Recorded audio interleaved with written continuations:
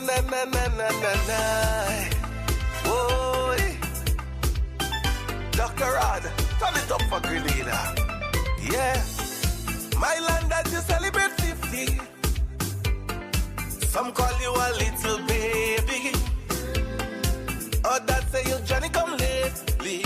Oh, yo, but they don't know about your history. All the things you have been through was too much for you. Yet you had resilience to stand them. Revolution, intervention, and crew.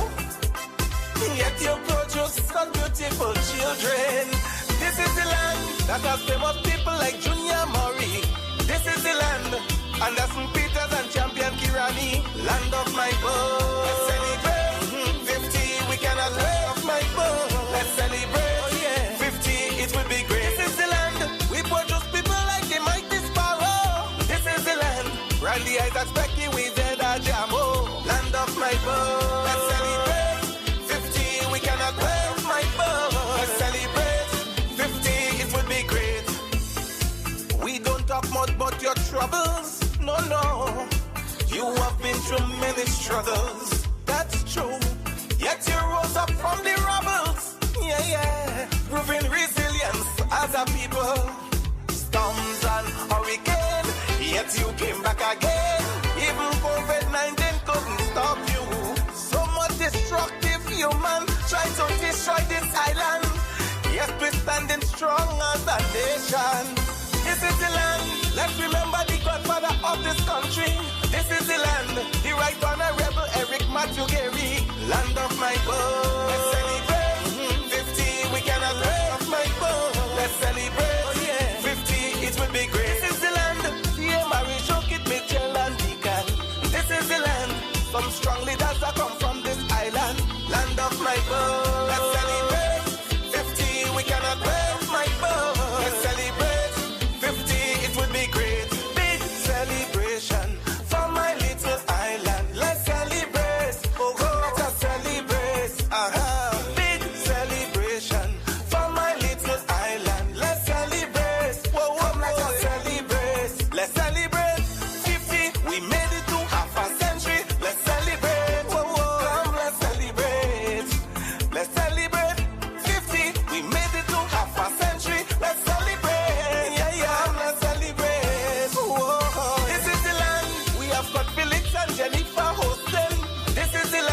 Maurice Bishop, Howard Blaze and Judge Prison.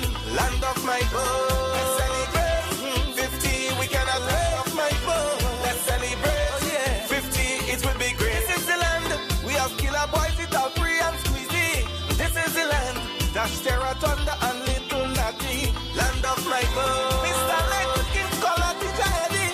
Land of my birth. Valinet and Lady Simpty. Land of my birth. Lava Man, Lunis Pack and Electrify. Land of my birth. Land of my birth. I just cannot mention everybody. Land of my birth. All Grenadians just sing this song with me. Land of my birth. Land of my birth. Land of my birth. Land of my birth. Land of my birth. And a good night to you, Grenada, Carriacou, and Petit Martinique. Once again, it is time for Talking Points. My name's Sheldon Scott. I'll be with you up until the 10 o'clock hour. And of course, yes, it is Talking Points. We like to welcome our listeners via the various mediums. Those of you joining us via 91.9, 91.5 Real FM. Our listeners joining us via We FM Radio. Yes, 93.3 and 93.9. Those of you joining us in Carriacou via 92.9 FM. And of course, our loyal listeners out there in Brooklyn joining us via We Noise Radio 94.9. Good night to each and every one of you, as well as our listeners joining us on the YouTube. And I see the YouTube here. I realize that you're coming on. Nice. Because we're starting early, you know. Yeah, we ain't sticking. All right. Yes, we're not sticking. We're going early tonight. Nice. Good. All right. So, yeah, tell a friend to tell a friend to tell a friend. It is time for Talking Points. Make sure you tell your friend and them time to come on. Yeah, you have to call them. You have to message them.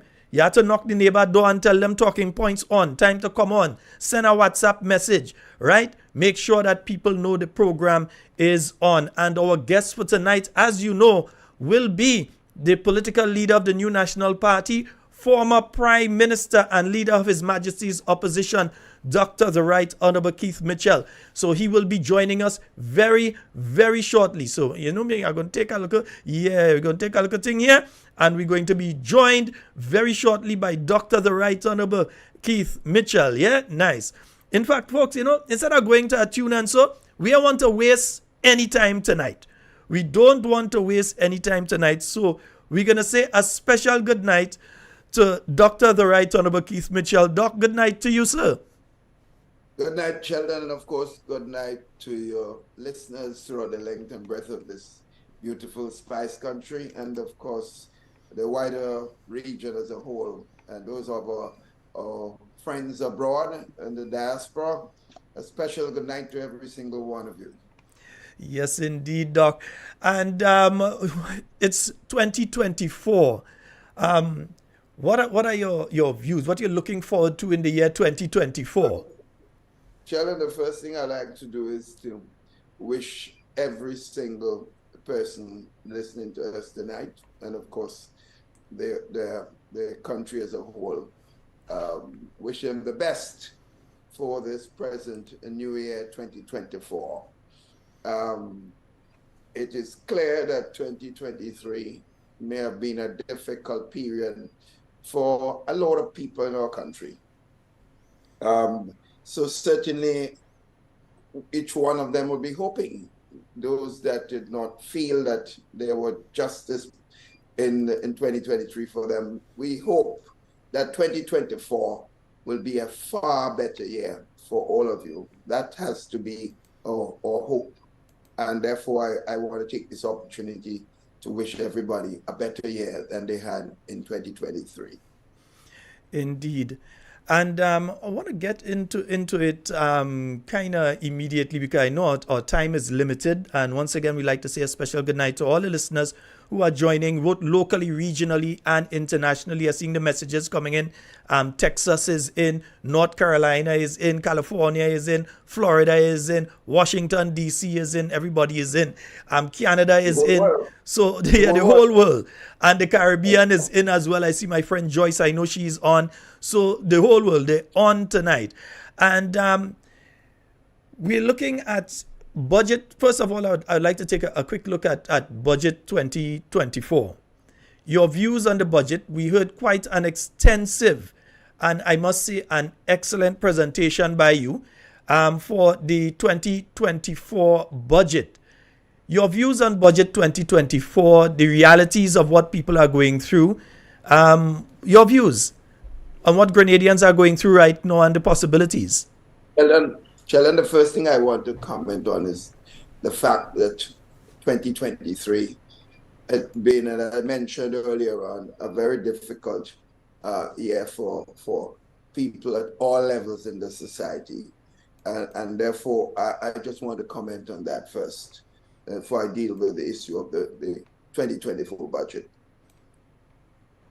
People all around the country, there have been one expression that this past Christmas has been the worst Christmas experience by almost every sector of the society.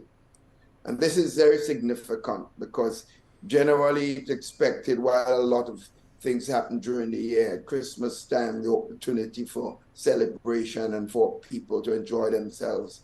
And of course, to do things that they were not able to do during the year have been the pattern of our society over the years. And you're hearing the cry all over the place. The market vendors were complaining of how that no sale. The farmers were complaining. The retail sectors of the society, people were not going and buying anything. The shopkeepers throughout the length and breadth of the country, you know, many places where people generally come together in on our weekends, a Friday and a Saturday, and especially around a holiday period, the bars and of course restaurants and in all parts of the country were empty. and they're all complaining about this serious lack of business activities in the country as a whole. And the business community was also complaining. Those who are, generally speaking, I've seen a lot of business activities with shopping and so on at Christmas time. They were all complaining. And similarly, you had a lot of concerns from public servants, the police force, and the cries were deafening throughout the length and breadth of the country. So I certainly want to say to all of them, we understand, we empathize with the problems that all of you have been going through. And we are promising as a political party to do everything we can during this period, during this year, to ensure that we can help to provide some hope to all of you for the future of our country as a whole.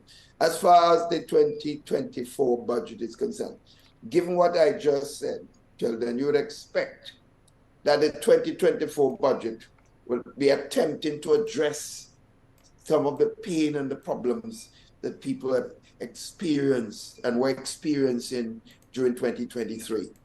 We did not see that. And as I pointed out, and several weaknesses in the budget document that were presented to us, where things were clearly the numbers were not adding up.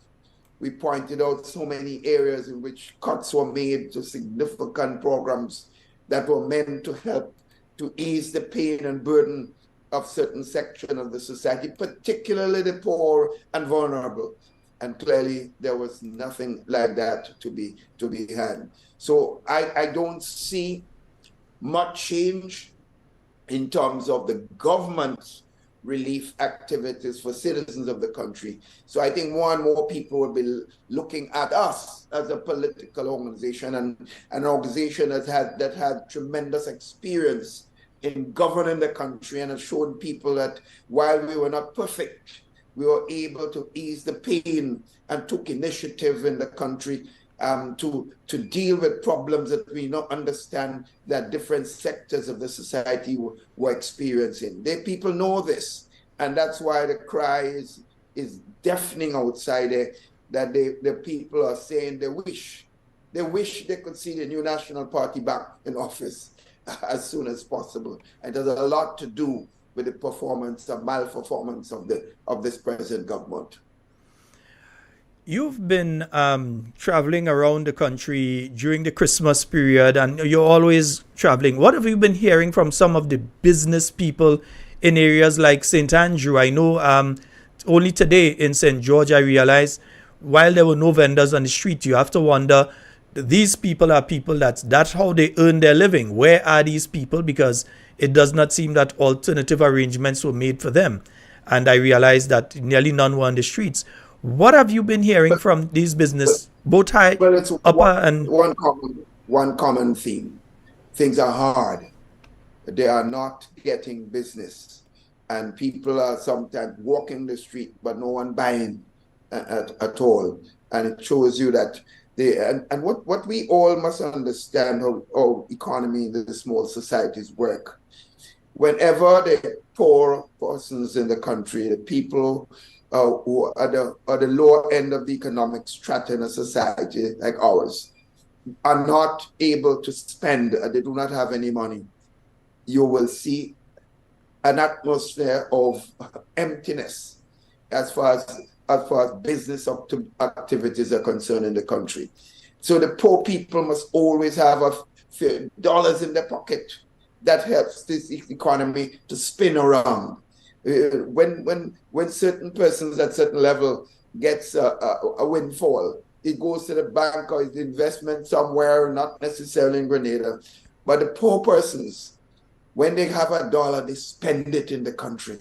And that's why this government cannot understand it. When you did not put out a massive amount of persons that we normally put out from early October right until the middle of December and the third week, of over 6,000 persons around the road cleaning up the streets and so on. Some of them call it a waste of money, but this money is circulated in the country and people at all levels, the fishermen benefit, the farmers benefit, the vendors benefit, the shopkeepers benefit, all the persons I mentioned earlier on who are having great difficulties with the economic situation and climate in the country. They would have seen a sense of relief if the poor people, and that's not the only program, there are other programs that we had in place that were aiding the development of the country and aiding activities in the country. And the present government clearly does not have a clue as to what helps an economy move forward in a society like ours. How do you see the present administration addressing these issues? Because we're hearing the cries of the people. Are you seeing any significant moves, any serious moves to address the issues, the concerns that you've been hearing when you've been moving around, what the other parliamentarians have been hearing? Are you seeing anything significant moves towards that? Sheldon, the first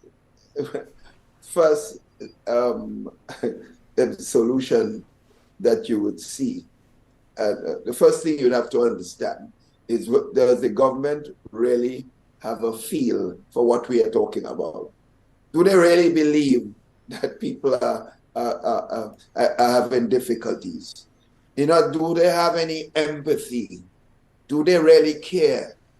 Do they have that love for people to understand what is taking place outside? That's the first thing you have to come to terms with. Having empathy, having a sense of feelings for people's problems. That's critical. And I think fundamentally, you do not see this. Do the government, and I'm not saying, I always make this point, I don't ever want to assume that all members of the government. There may be a couple, 2 or 3 members of that present ministerial construct in government that may have an empathy. But generally speaking, as a group, they seem to lack that empathy for people to understand. Do they understand the cost of living and the fact that people who normally are able to go and buy basic stuff for their families are not able to do so? Do they understand this? That's a big question mark. Do they really understand the plight of the senior citizens of this country that are under great difficulties and where families are not able to provide the level of support for their loved ones as they normally do? Do they really understand the hopelessness among the young people in the country? You see the young boys on the blocks, aimless as you go around, and you talk to them and they're all asking you, Doc, what's going on? And you know many of them voted passionately for this government, and they have left them hanging outside there. Do they really understand the fact that businesses are closing in several small businesses are not able to function because the rents that they have to pay and they're making no money, they have closed down? Do they really understand this? These are some of the basic and fundamental questions that one has to ask. So for the government to take initiative to deal with the problem, they first have to understand that there is a problem. And if they do not understand, and I don't think you can really teach them to understand, they have to have a feel for it. And that is, I consider, to be the biggest problem this government. I don't know how it is what they can do to turn around that perception that has already been created, that they are clueless. And as I say, not all of them, but most of them, they have no empathy, they have no love, and they do not care. I think the bottom line is they see going into government. I think sometimes people, when they saw the NNP in government, and people said this and they said that, I think they believed government was easy to run, and that the ministers were just fattening themselves and enjoying life and traveling. And I think that's what many of them saw government for. I don't think they came into government, most of them, on the understanding that this is a service. They come to serve people. I get the impression that they thought that they come to serve themselves, because I don't know how else you would explain. A government gets into office And one of the first things they did was to raise their salary by $2,000 overnight by themselves. How else do you explain this level of selfishness in the entire the government? As I said, can't say everybody in there supported it, but it appears that that's a collective decision. So I can't understand this. Then how do you explain that many of the ministers were given millions of dollars of loan from the Grenada Development Bank, which is a bank meant to help the small businesses in the country? We took this bank as a government, NNP, literally from nowhere. It wasn't even considered to be a good susu, but it turned out to be an institution that was built with resources and opportunity to aid the small business sector in the country.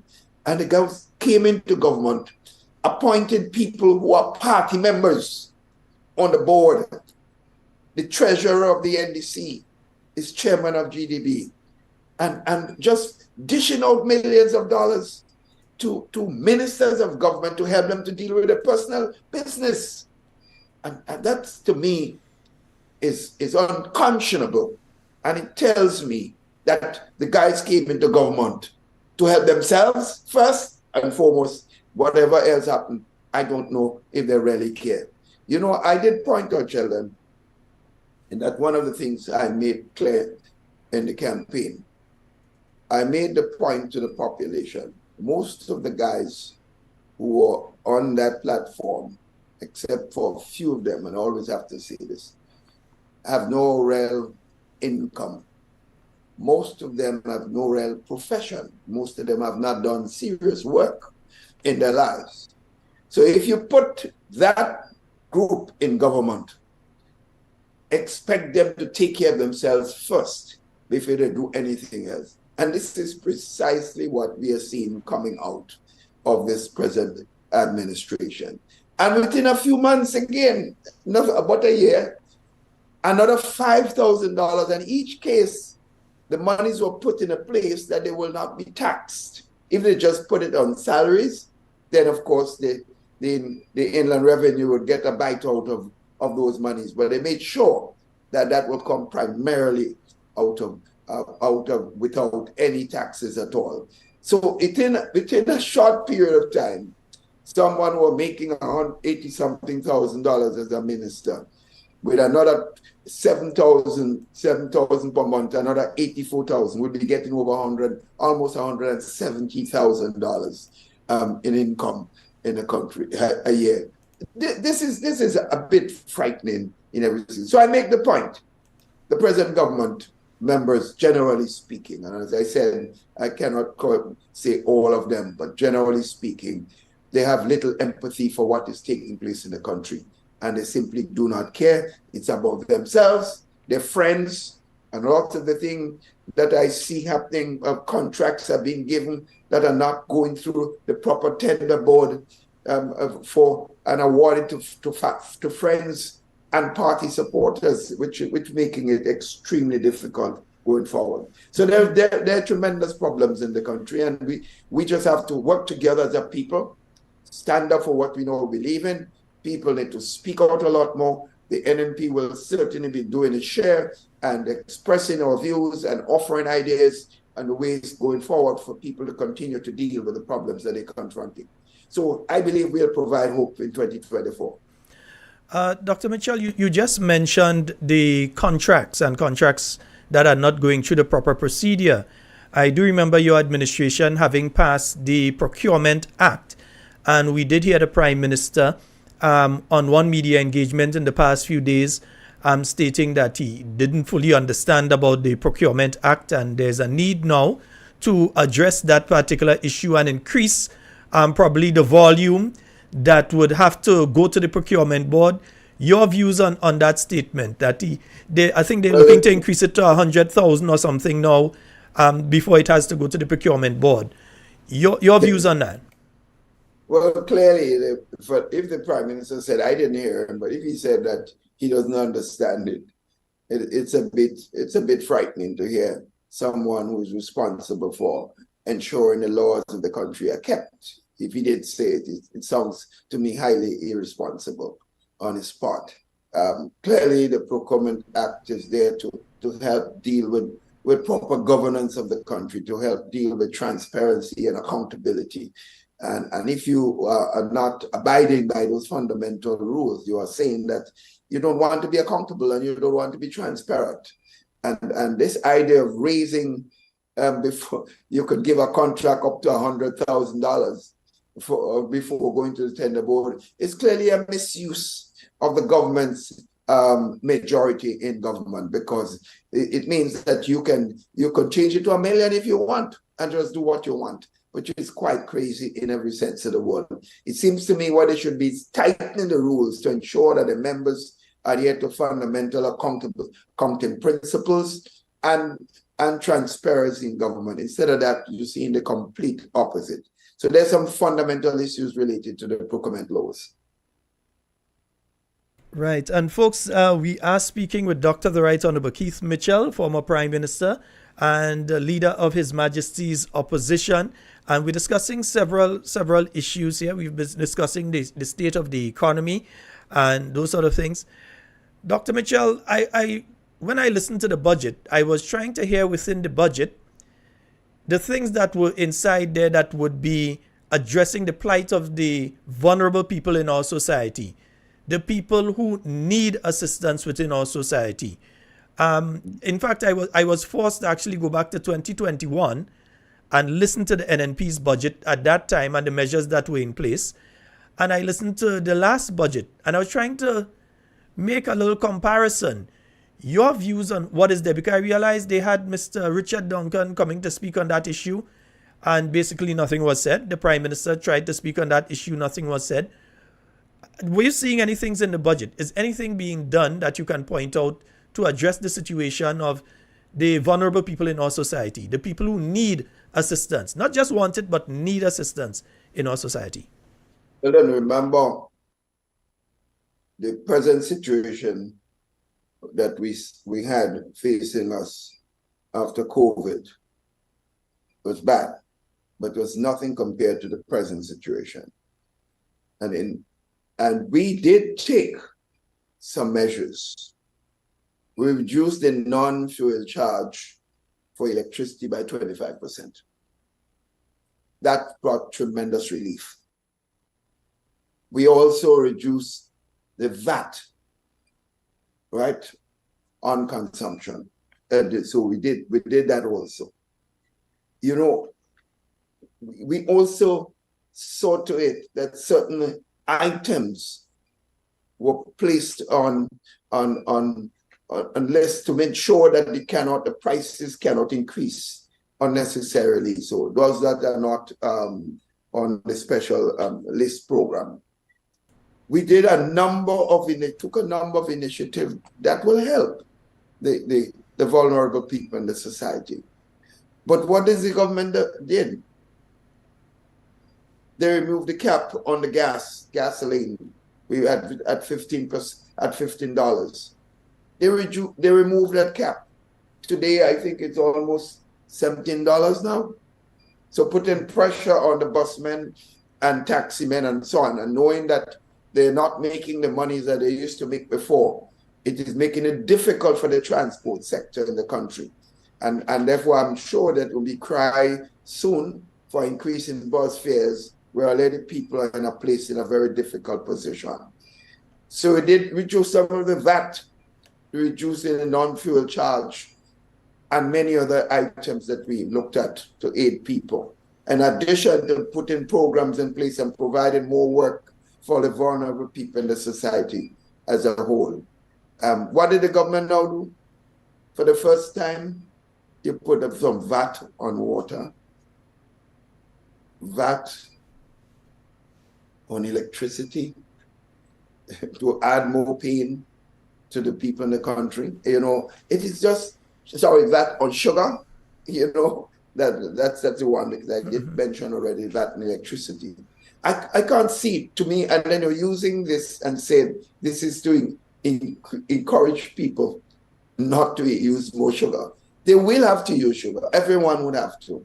You can use education and other methodology to help people to stay away from excessive use of sugar and other things that can affect their health. But to say that is a basis of it, it's nonsense, because they must use sugar. And therefore you are increasing the price on these vulnerable people. People will sell little things going around and making sugar cake and other things to sell and make a living. A number of women do this. They are caught in a web because they have to either increase the price, which will make it difficult for sales, or they would have to literally abandon the initiative that they took before.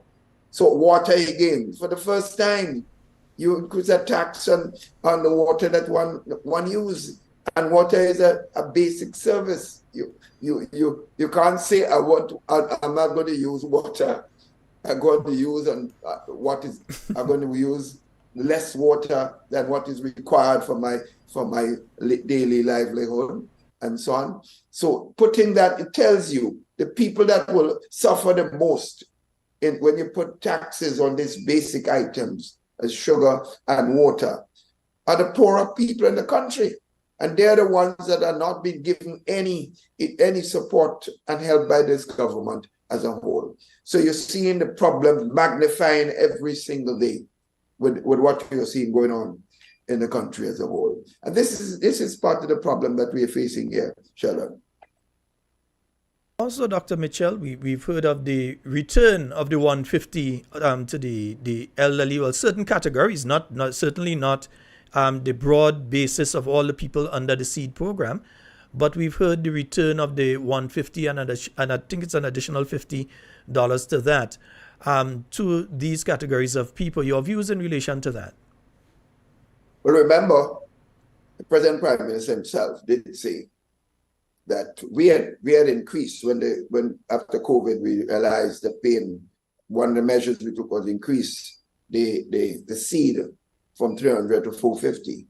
And the Prime Minister in his campaign did say that was woefully short of what is necessary. And he used the World Bank to say that it must be about 650. He did say this. So one would have expected, he having attained government, that he would do precisely what he said was necessary. But not only did he keep, he didn't keep the 450 that the government then had in place for the state program, but he took out $150 from them. In other words, and I did point out, and that first budget presentation, Sheldon, I did point out, there wasn't a lot of time between the election and that first budget, but I said, I'm worried. If you go back and check that this government seems to have a special animosity towards poor people, because it seems every action that they take with respect to government, they are hitting the poor man more than anybody else in the country. And it worries me that mindset, I hope, was just the guy that just came into government, and hopefully within another year we'll see something different, where it has gotten worse in a general sense. So this is the problem that we are facing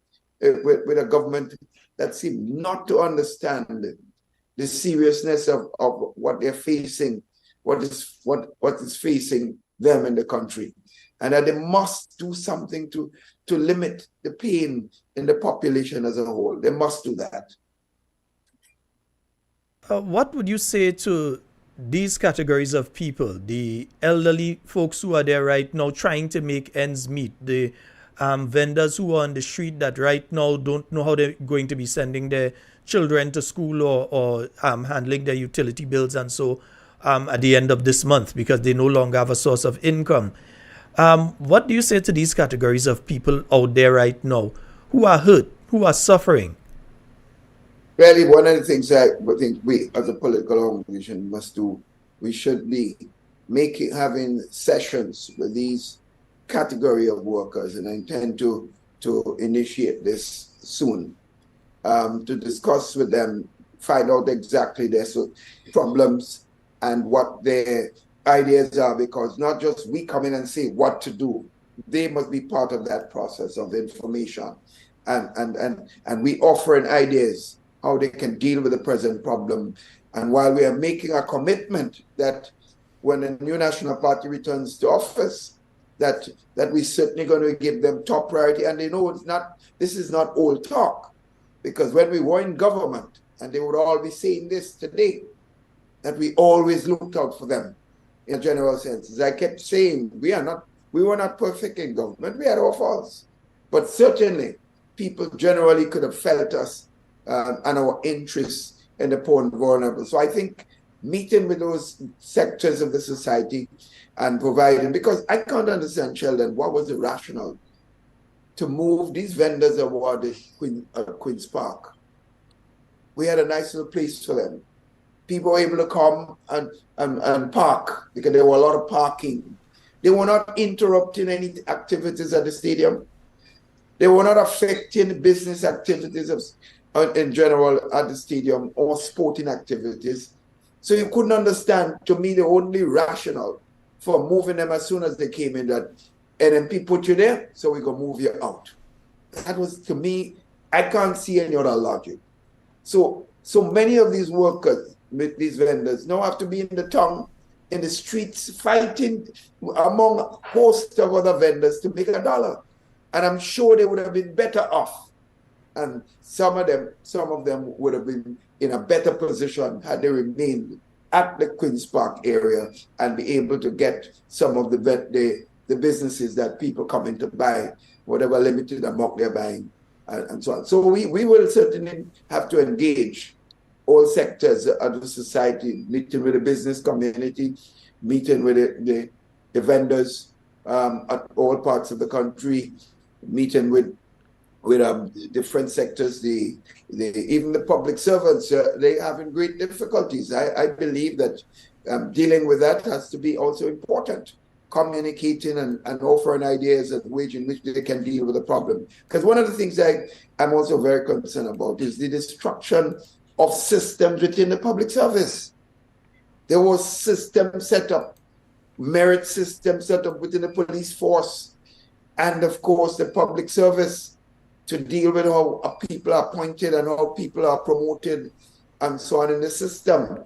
No, I'm not going to sit down here and pretend that we were perfect. But we had professional people, professional public servants handling those issues. And if something was done which was not correct, we were prepared to accept responsibility and correct it and move forward. So I'm not going to sit here and try to give the impression that, what we did was perfect. But what we've seen is a helter-skelter, chaotic situation where people are promoted just because of their relationship with a politician or politicians, where people are promoted based on a relationship with individuals. And that is the kind of thing that is creating serious concern, and it's having enormous problems, particularly with the chaos now existing within the police force. And you're talking security of the country. All these are things that, as a country, we must be very concerned about. I'm terribly concerned as to what I'm seeing, the deterioration. You wonder why you're hearing about gunshots in the heart of the town?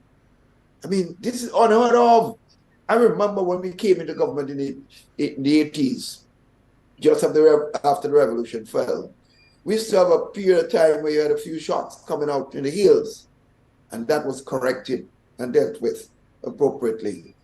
But I don't remember another occasion in all the years in government where would be a gunshot after gunshot in the heart of the town of St. George's.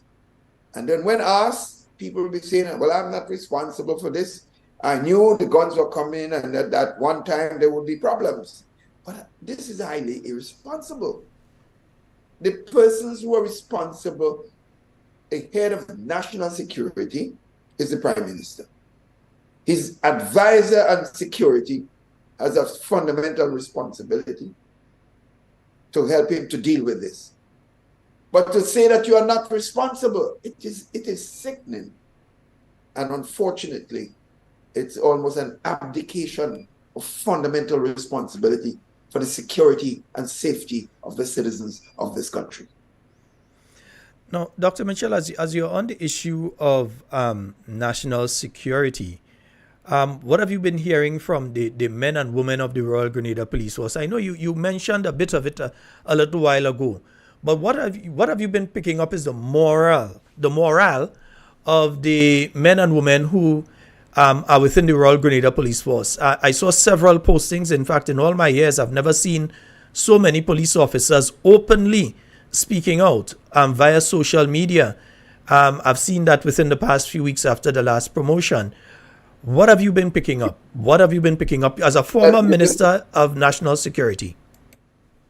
Yeah, you look at Sheldon at a demoralized police force. I don't think you, as an individual, you pick it up as a former Prime Minister and Minister of National Security and as a politician, leader of the opposition. I get calls almost daily of serious low morale in the police force, and policemen feeling that what is taking place is there are too many vindictiveness prevailing. You cannot have a man as advisor to the Prime Minister who seems to hate everybody, who does not even smile. I get the impression the gentleman hates himself. You can't have this person who feels he was aggrieved and treated unfairly, and he comes back in and say, I want to deal with all of them who did not treat me or showed love to me when I was there. So there is a fundamental problem of vindictiveness that I don't understand. How you can have an advisor advising the destruction of the police force, because that is precisely what is happening. Because to have got rid of the old commissioner for no reason than the perception that he was appointed by a previous government, and today he's given a job in the Turks and Caicos, literally in charge of security of the Turks and Caicos country as a whole. And I know leaders in the Caribbean who told me the day we did not want him, they taking him the next morning.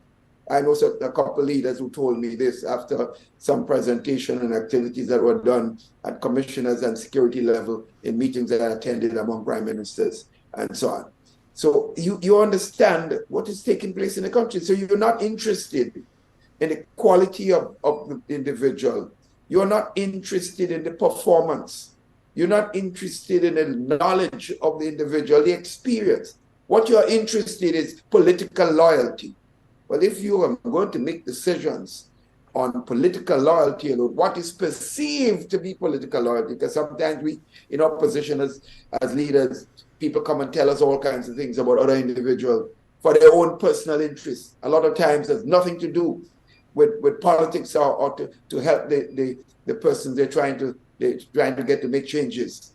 Most times a personal matter, they want to settle with another person and they come and tell you all kinds of stories. You drink that and you create major political problems for yourself. So, Sheldon, in a nutshell, we have a serious problem, and we call on the government to stop this, correct this atmosphere, because our lives depend on a professional police force. Today, because of the massive exodus of policemen from the force, what you find, they are training police officers 3 weeks and sending them out in the street. Now give me a break. Is that what we come to? 3 weeks training for police officers? I have sympathy for those young police officers, men and women, who are sent out in the streets after 3 weeks of training, because then people are going to blame them when they do not perform the task. But I don't think we can blame those young men. I feel sorry for them, and I just hope and pray for them that they're able to go through that rough period that they may have to face going forward to protect the security of this country. It is a frightening situation and worries me a lot, because I live in this country, and I myself have to be concerned about my own security, and every individual should be. When problems occur in security in the country, it doesn't affect NNP, persons alone. He affects NDC persons. He affects people who have no political association whatsoever, or religious association or whatever. So we all must be concerned of the present situation of low morale, and it's deteriorating every day because there are no steps taken to correct it. Okay. And folks, we'd like to, again, thank each and every one of you. Remember to call a friend. Tell them that we are on. All right. And Dr. Mitchell, you just spoke about the new police officers coming in. And it brings me to the next issue I want to raise with you. The issue of youth. These young police officers that have come in, they've gotten that opportunity. But I often do that myself. I often try to contrast the first 6 months of the new National Party coming back to office in 2013 to the entire year of the present administration, or even 18 months of the present administration when it comes to youth development. And sometimes I feel to cry when I do that, because I know that the amount of opportunities that were provided by the NNP, whether it's for youth in business, not ministers for house or business, but youth in business, and for young people to get employment, not for friends and family, but young people on a whole. Your views on what is taking place with our young people right now? I know you are Prime Minister, have always been for the youth. Well, my friend, it is another area that is extremely frightening, because as the security of the country deteriorates and as the plight of the young people grow enormously, you put those two things together and you see the making of a major problem in the country going forward. We were conscious of our responsibility to provide hope to the young people. So that's why there were initiatives and many of these programs, Sheldon, that cost a lot of money, but we believe that it was necessary. With the Money program, the Empower program, Youth Vibes, just name it, so many programs, Youth in Small Business support scheme that we had going forward to give people hope. The Boys on the Block were being engaged in a specific program to provide hope for them. And we saw a tremendous movement in positive activities outside it as far as the young men and women are concerned in the country as a whole. We are proud of this. You know, and what has happened? You look at the budget construct. While you see almost $15 million for independence celebration, and they can't even tell you what it is all about. $15 million, while basic services for people, the betrayal of the young people continues in the country. And you're telling me about $15 million for celebration? For what? Celebration, and you can't even identify. Is it for the flags that we see going up? Is it to give contract to your friends? I see the walls are being painted black and white. Is that the project? What is this $15 million? Is that we're going to see a massive to bring people from abroad and with taxpayers' money to come to celebrate and so on? Is that what it's all about? The people in the country are hurting. And it seems to me, the youths in particular, we need to be extremely careful, because they are not going to sit back while they feel a sense of neglect and unwillingness of the leadership of the society to do something to help them as a whole. Even the question of sports, the sports programs that we had. In fact, I'm happy to see the gentleman in the Ministry of Sport will give him back an opportunity to get, because Colin Peters, he was an individual that invested so much in young people. And when he came in, they did move him. And I'm happy to see that he's back, because I think he has a heart for the young people in the country. And whatever sports it is, whether it's cricket, football, athletics, tennis, we need to have serious programs for the young people going forward. In addition to the question of employment, engagement, people doing things and giving them things in which they can utilize their energies, I think is extremely important going forward. So We've heard your views in relation to the young people and what is taking place right now. We now have a new minister of youth. I just wanted to get your views on the cabinet reshuffle that has taken place. Well, shuffle, reshuffle. I don't know how people want to refer to it. If they want to refer to it as a shuffle or a reshuffle, but what has just taken place? Give us your views on it. Sheldon, I would just make the point. I did say earlier on, outside of 2 or 3 members of this government, who I cannot say do not worth the salt as far as ministers is concerned. And based on my own observation, I may be wrong, I may be right. Outside of those 2 or 3 persons, I see it's like you have a pack of cards with a bunch of jokers. You shuffle it, and what comes up is going to be another joker. So that's how I see it. I mean, I can't water down my views on this particular thing because the country has come to terms. You had a man in the Ministry of Health who literally destroyed the Ministry of Health, provide no leadership, no guidance. And of course, he was given $1.7 million out of the Grenada Development Bank. So he's made happy. You look at his face now, his neck is getting fatter than ever overnight. Life nice, while people suffering in the country. You know, he's now, he mashed up the Ministry of Health, you're sending him now to mash up the Ministry of Sports. Yes, you moved the former Minister of Sports, but I cannot say, as I mentioned, that decision to move that individual who failed miserably in the Ministry of Health, to move him to the Ministry of Sports, to continue his lack of leadership and guidance in the Ministry of Sports. I think we expect nothing more than further problems for the young people of this country.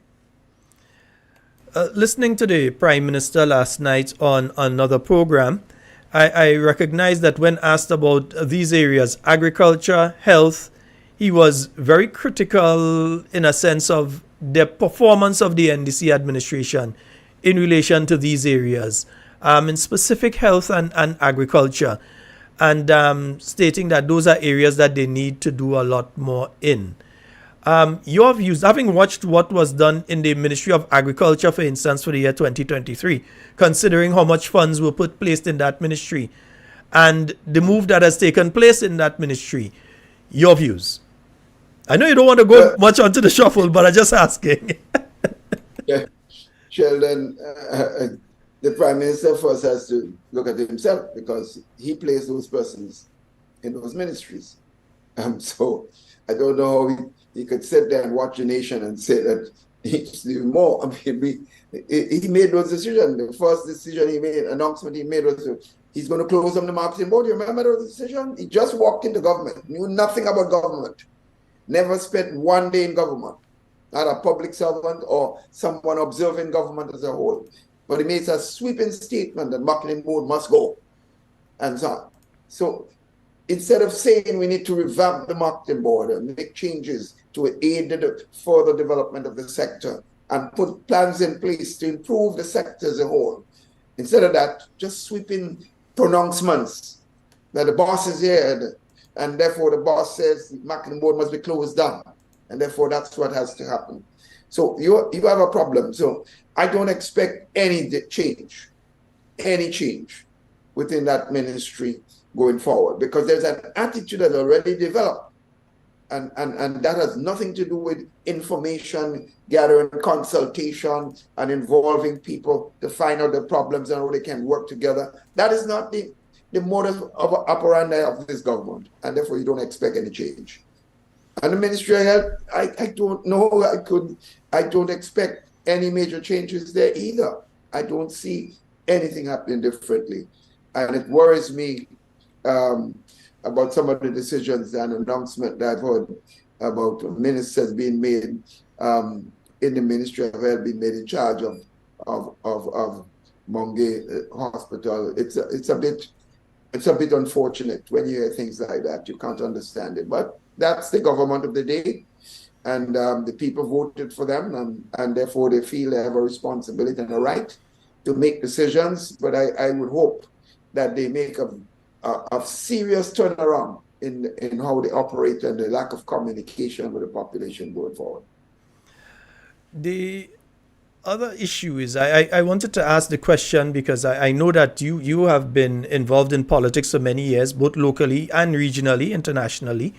Have you ever heard of a minister being appointed for a facility, specific to a facility? Because from my reading of the appointment that has been made, there's no minister with a specific responsibility, not for a department, not for a specific area of development, but for a specific facility. Have you ever heard of anything like that before?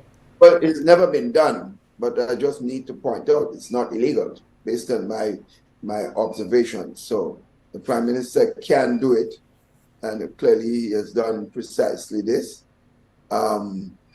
So that's the situation that we are facing right now. So I have never heard it, Sheldon, as I said, but I did say that the Prime Minister has a right to make appointment of this nature, but I don't think it looks right. It looks good for him. It does look good for the individual involved, and of course the country as a whole. Okay, indeed. Doc, I want to ask you now, because I know a lot of folks are tuned in and they want to find out about the new National Party, the present state of the new National Party. Are we heading to convention? If so, what is the present situation? Because you're out there and you hear the constant talk, and I hope many of them are registered members of the party and their dues are paid up, right? But you hear the constant talk of convention and when is the party having a convention, mostly by folks who aren't even card-carrying members. Well, I know that most of this talk you're hearing are not from bona fide NNP members in general. I make that statement. So I know it's coming from a certain quarters of persons in the society. So I think the party is doing what it's supposed to be doing. It's reorganizing, doing the organizational work in strengthening the groundwork at all villages in the country. It's doing precisely this. The party has to put itself in a position to looking at governance of the country if that comes its way. And the party must be prepared accordingly for this. The party must also provide hope to the people of the country. The issues being faced to the people out there, they are burning issues, they're hurting, the people are hurting. And for some people who claim that they're interested in NNP, all their concern is about convention and change of leadership and so on. That's all they're concerned about. They're not concerned about the pain and the suffering outside there. And we are concerned about the pain and the suffering. What other issues else come away, we will deal with it accordingly. But at our own time, the party will make that decision. So the issue of convention and changes in positions in the party, that will come, and it will come in its right time. But it will not be forced upon by elements who do not care about the party, but only care about their personal and selfish interests. And that's not what the NNP is all about. Don't forget, Sheldon, we lost an election in 2008, and everybody thought we were dead politically. You can remember? Men disappeared. People that we thought were good members of the party ran away from us. Those of you remember that. And we only won 4 seats then. In 1990, when we lost, well, everybody said the party dead for good. Within 5 years, we bounced back. We were back in government in 1995. In 2008, we were supposed to be dead again. And I remember people calling for my head as leader in 2008. They felt I should live. Within a few months, some of them were the same people who were begging me to stay. So I just want to make the point. As someone who has served this party over the years, I would ensure that this party remains strong and viable.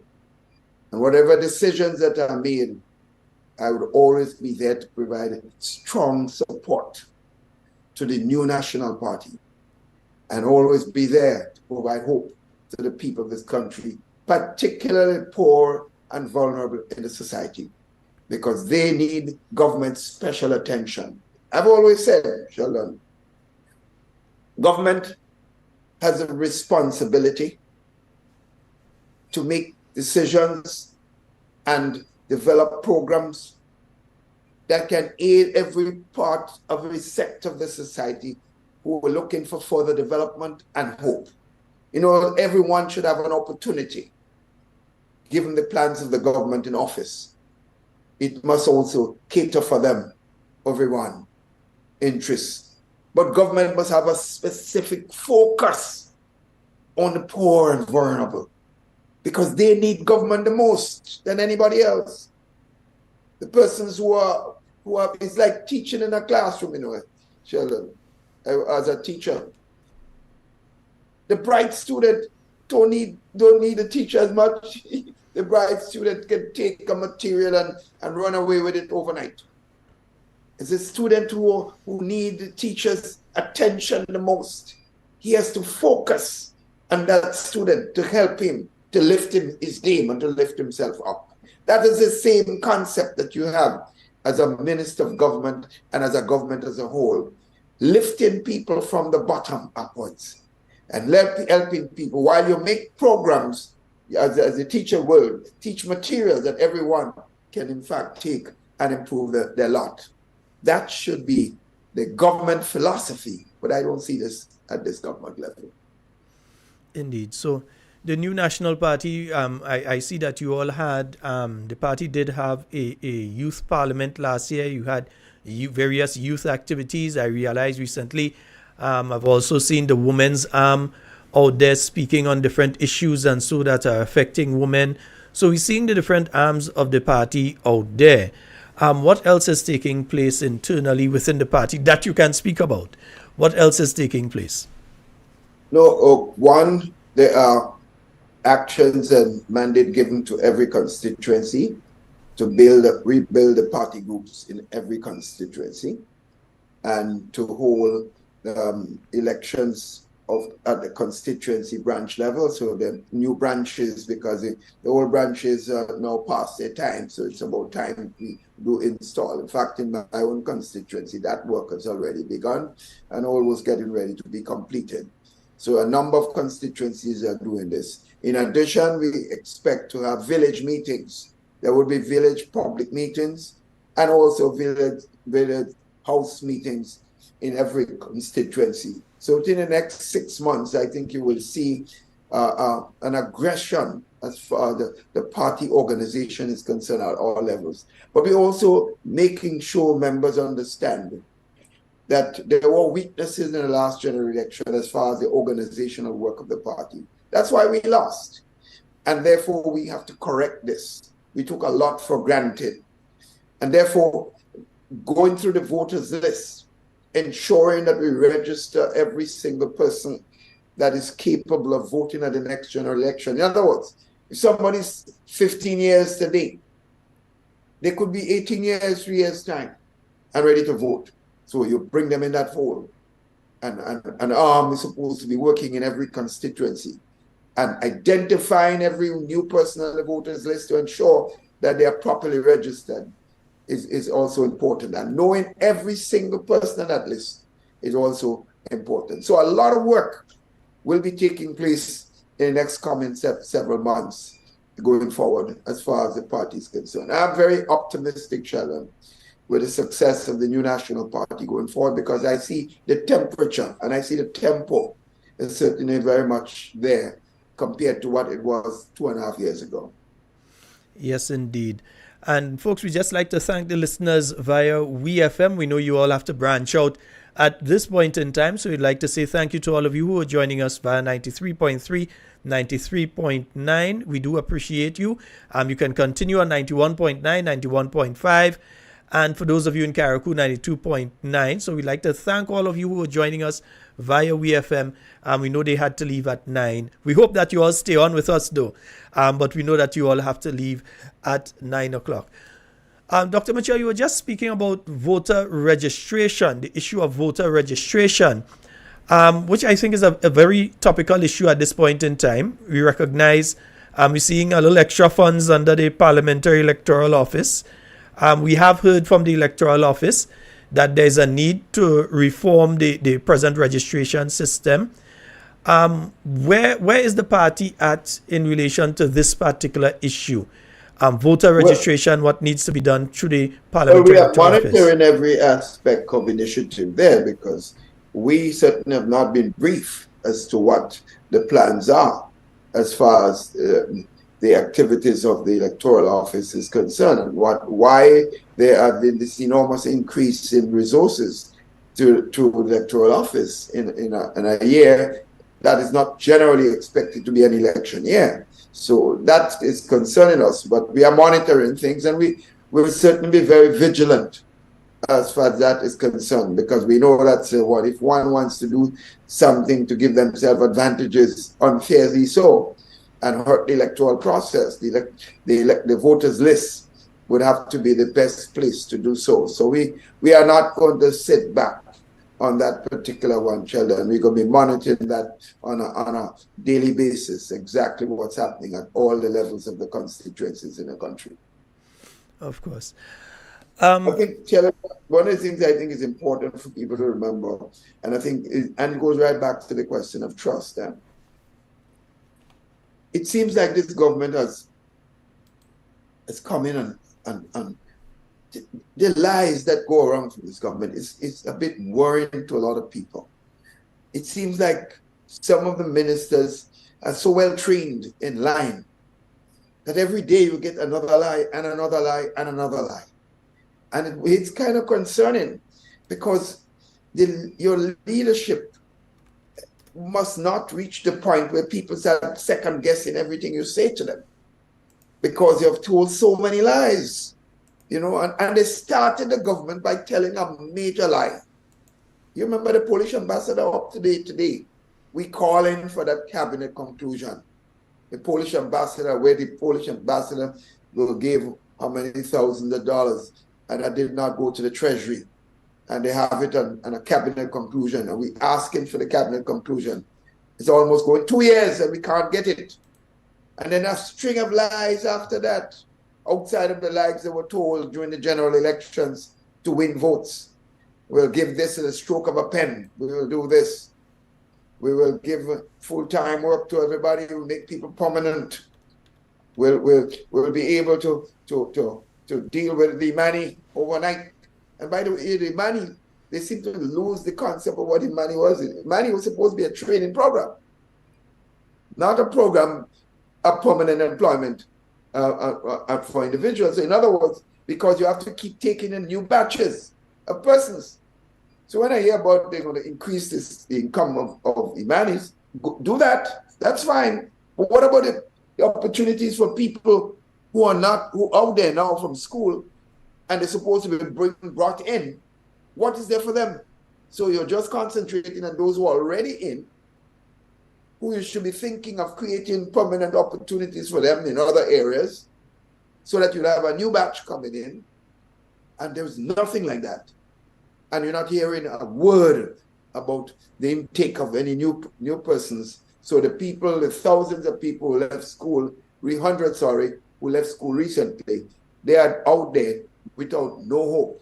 Because based on the plans of the government, all you're hearing about the possibility of increasing the amount given to Imanis, but certainly nothing about increasing the numbers that's supposed to be coming into the system, the new batches of persons.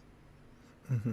So I want people not to forget the lies that this government has continuously built itself for. In fact, one of the things we have to do is to list all these lies that have been told to the population over and over. Every time they open their mouths is another lie, and another lie, and another lie. And that's a concerning thing to everybody in this country. And as you're mentioning that, Dr. Mitchell, there's the issue of the signing of the Samoa Agreement. And and in fact, at the same time, probably that it was signed, or when it was already signed, you had not only the Prime Minister, but the Minister of Foreign Affairs sitting there, and saying to the nation that we won't sign until the technocrats have a view, and we definitely will not sign if we believe any of Grenada's sovereignty would be impinged upon. But by the time they were saying that, it was already signed. So, I mean, your views on could something like that happen in the NNP? No. The Prime Minister ought to have known. And I believe the Minister of Foreign Affairs were told to take a hit for the Prime Minister. I'm convinced that the poor Foreign Affairs Minister was used as a scapegoat. Because clearly, I honestly believe when he said that they did not sign, that he thought that it wasn't signed. I honestly believe him. Maybe I'm wrong, and I would like to believe that I'm wrong. But I believe that the Prime Minister must have known, and he certainly may have asked his Foreign Minister to take one for me. Is it common practice for diplomats to just sign documents, significant documents, that is, on behalf of Grenada? Are they okay? I don't believe the ambassador in Brussels, while he's not known to be somebody warm to Keith Mitchell, I don't believe that he would have signed a document without getting instruction from probably the highest officers in the country as a whole. He would have to be mad. And if he had done it, then he would have been fired. If he had done it without any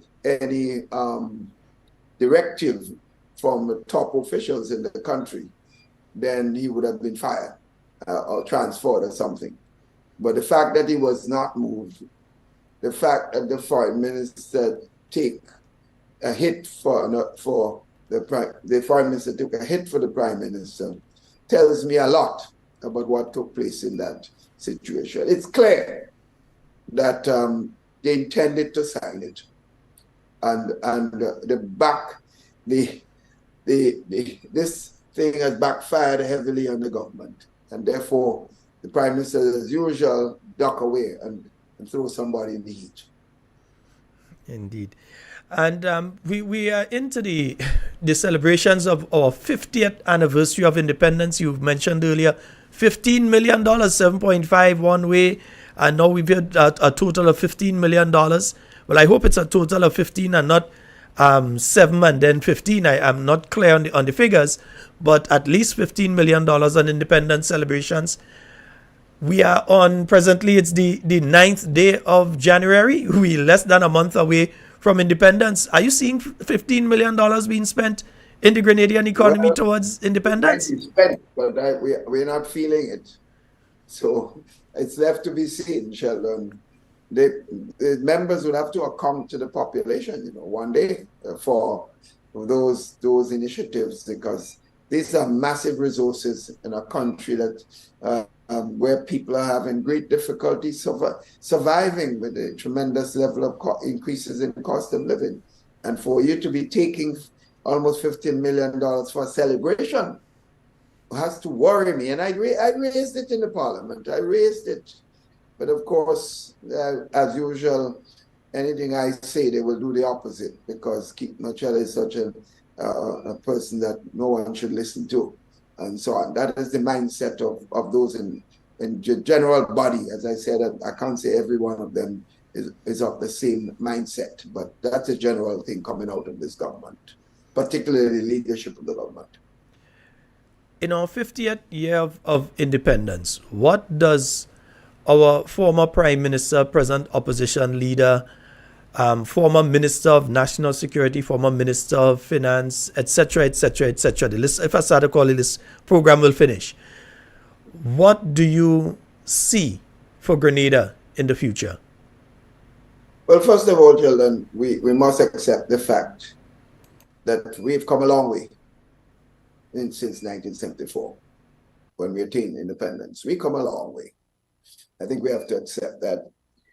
And I think what we should have been doing is giving credit to those who are responsible for taking us on those journey on the last 50 years. But when I heard the Prime Minister on a number of occasions say that nothing was done in this country since 1983, I felt sorry for him, because it sounds so foolish.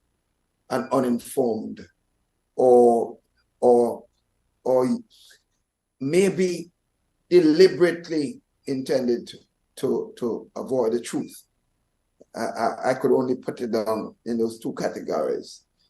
Because the fact is, enormous development took place during that period. The advent of rural electrification all around the country. In 1984, Sheldon, we only had 45% of the country had electricity. Within 6 years, over 97% of the country had electricity. Massive development. You know, the water distribution system in the country has improved tremendously. We still have way to go, but we did a lot. The road network, the rural electric, the feeder roads program for farmers around the country. There's enormous improvement there. The development of the port project, development of the cruise ship terminal, where we can have berth a number of ships, much more than we did before, bringing development. The building of the national stadium, holding test matches and international games in the country. And I could go on and on and on, Sheldon, with the kind of development that took place over the years. And the development in education, look at St. George's University. You know, the Chancellor of the university has said over and over, publicly, that he has given credit to two governments for the St. George University. Eric Gary for his vision to give him the license to operate when everyone was criticizing him. And for the development and expansion of the university, most of it came during the period of management of the New National Party's government. The St. George's University was supposed to be St. George's University School of Medicine, but it was under our terms in office, and the Chancellor and his team came to us. We decided, why not? For someone who has been involved in teaching at the university level, I know we have capable students and capable personalities here to take care of an institution of this. So why shouldn't we have a School of Arts and Sciences? And that is when we gave them the mandate through the parliament of the country to make it a broad university, not just medicine, but serving Bachelor of Science. Today you have Grenadians, hundreds of Grenadians who have gone to St. George's University, got scholarships, and are now making tremendous contribution at all levels in the society. And I'm proud of the development of St. George's University and what it has done to this country as a whole. The number of young people that never would have gone to university, never would have seen the door close to a tertiary institution. Today, they are able to do so. So I'm proud of the level. So I think as a country, we should thank God for the strides. Yes, we were not perfect.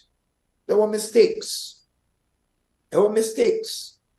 Under different governments, no government could say they were devoid of any mistakes during the period of their service. We did make mistake in the way the Eric Gary government was overthrown. That was a mistake. We can't avoid saying so. I mean, the fact is, we should not have had to go to the unconstitutional method to be able to gain power in the country. But it happened, and to some extent, people accepted it after a period of time. But I say we made errors along the road going forward. The NNP was not perfect, but NNP made tremendous contribution to this country's development as a whole. So I'm saying we should thank God and celebrate our successes and ask God to forgive us for our mistakes and try to move forward and work closer together as a people. Stop the division, the divisiveness that we see prevailing in the country, the attack on individuals just because they do not support a certain political party. People are afraid to even talk to another individual because they're afraid somebody will report them as if they were living in some Tantamakut country. That should not be the order of the day. We should be able to speak freely in our country and not worry about who says what and who says that. As long as we respect people's rights and have fundamental reason to love our brothers and our sisters. So Sheldon, I say, as we close this, attempt to close this evening activity, that I'm proud of the fact that as a country, we have come a long way, but I know we still have a long way to go. And I look forward to continue to help in that journey as we go forward. Indeed, Doc. And any final words? Because I know we've gone over the amount of time that you were supposed to be on. But when we start speaking with you, we got a lot of other questions, but we'll save that for your another interaction. Any final words to the Grenadian people tonight as we head to our independence anniversary and we head towards the ending of this week? A very interesting week, several happenings going on all over. Any final words to the Grenadian people tonight?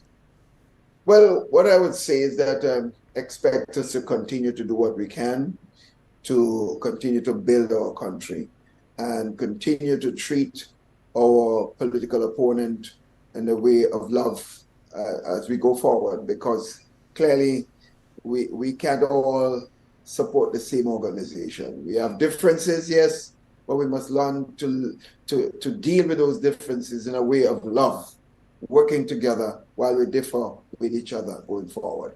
So I expect the New National Party to continue its work and the field, continue the work that we have mentioned earlier on. And I look forward to, as I said when I began this program, to citizens. Indeed. Dr. Mitchell, we'd like to thank you so very much on behalf of all the thousands of listeners. I'm seeing the numbers just keep going up. Every 2 seconds it go up more. We'd like to thank you so very much on behalf of all the listeners.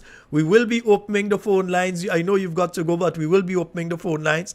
So you will be hearing the responses in relation to your presentation tonight. Dr. Mitchell, thank you so very much.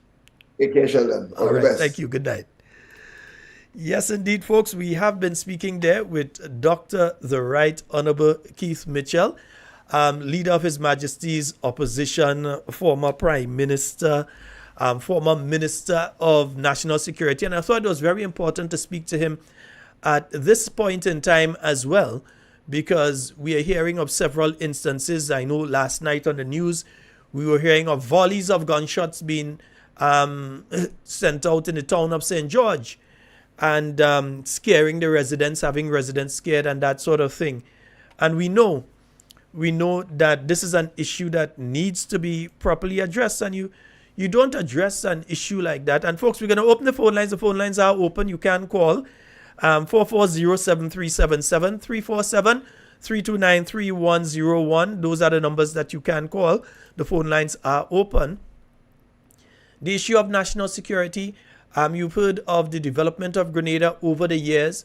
Remember, Grenada is a country that on the day after Hurricane Ivan, many folks looked around this island and said, well, we're going back 40 years, So we wasn't supposed to be celebrating 50 right now, because people said we went back about 40 years, but here we are today.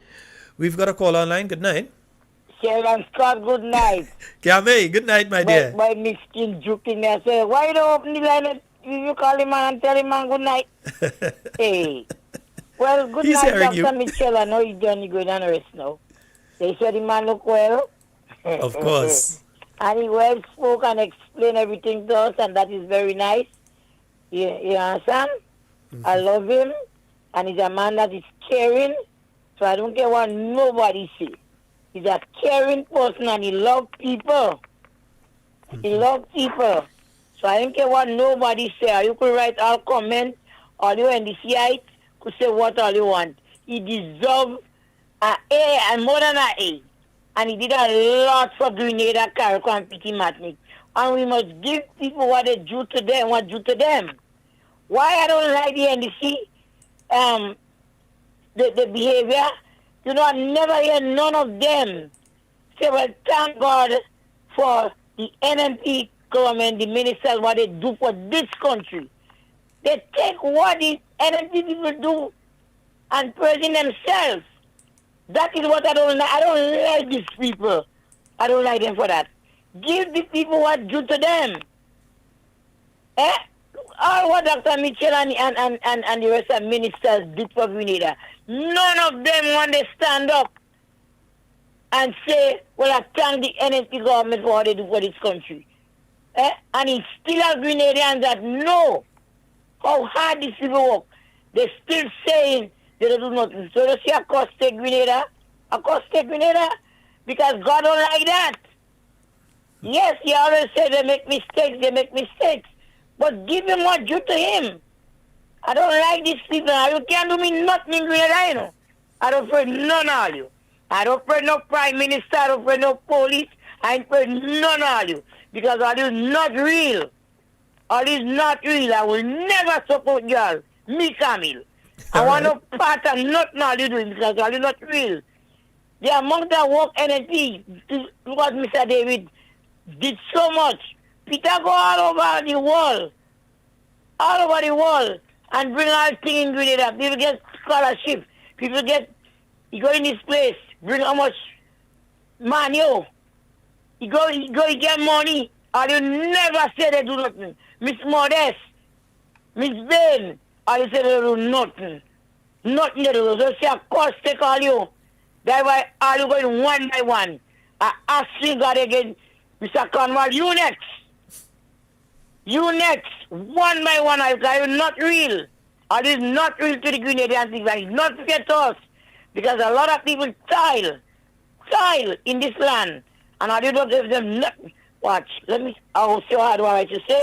And next thing I pick me up in the morning. I will say something one of these days. And the committee will say lock out. And nobody will stop me when you get real sick with all you. It's not right. Look at the poor people. Look at the poor people that just sell.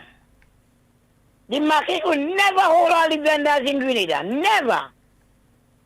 Never. For all the years that they're in tongue hustling. The market could never hold all these people. You all could have found some way to help these poor people. It's not every day some of them just come and sell. And they take out picture to show how the tongue is. Nobody on the sidewalk. All you still can't stop that. God already yet, now when you God ready and he start to do what you have to do. All you go say is over there, mate. Because I the first thing I just jump up and say, poor people. And every one of you all ministers in this government come from poor family. All your parents wasn't rich people. All your parents was not rich people. Because I know some of you all inside there, people that help while you go to school. And all you got your education, are you treating people like nothing? Some of them, when you see them, they walk like a King Kong in town. What's they big? So what happened to run? You see what are you do to run? There is more to come. You can't do Miss Camille nothing, because I'm born here. I'm born in Grenada. No Russian to come here and rule my life in my country where I'm born and bred. Have a good night, Sheldon. All right, but Carrie. good night, you and Matthew. Thank I don't you. see no you. Good night. All right, my dear. 4407377 347-329-3101. And of course, you can call us on the WhatsApp as well. And I do believe I have a caller on the WhatsApp. Hello, good night. Good night, Sheldon. Hi, good night.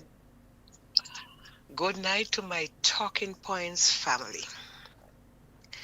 And good night to the Right Honorable Dr.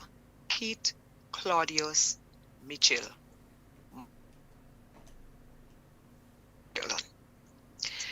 Sheldon, I want to know who is the best Mitchell. I want to know who is the best Mitchell. Honestly, caller, I find hold it. I find it disrespectful Sheldon. To even ask the question.